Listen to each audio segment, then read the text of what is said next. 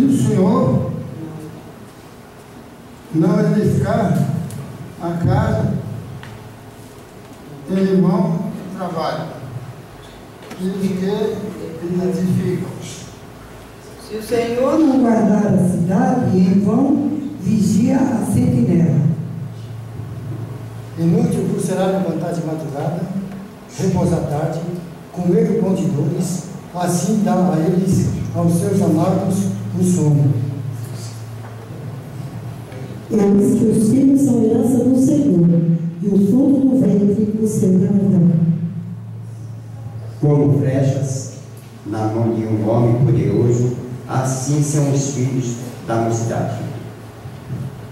Bem-aventurado o homem que enche dele a sua aljava. Não serão confundidos, mas falarão com os seus inimigos à porta. Se o Senhor não edificar a casa, em vão trabalham os que edificam. Amém? Amém?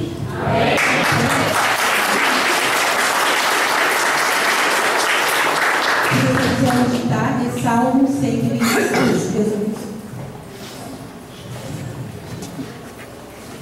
Nesse momento, nós vamos continuar louvando nosso Deus com nossos dízimos e com nossas ofertas.